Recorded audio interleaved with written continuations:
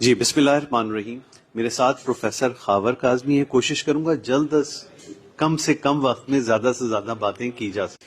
دہی میں ایک اور فائدہ ہے کہ وہ ایک پرو بایوٹک ہے. ٹھیک ہے. یعنی وہ آپ کی جو آنتوں میں اچھے جراثیم ہیں ان کو بہتر کرنے میں مدد دیتا ہے. یعنی دہی فائدہ مند ہے. جی فائدہ مند ہے معدے کے لیے. جی.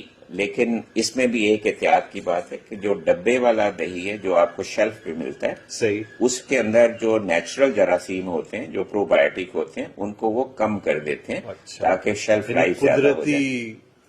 دہی تو لوگ گھر پہ بنا سکتے گھر پہ بنائیں یا جو باہر کا کھلا ہوتا ہے. صحیح.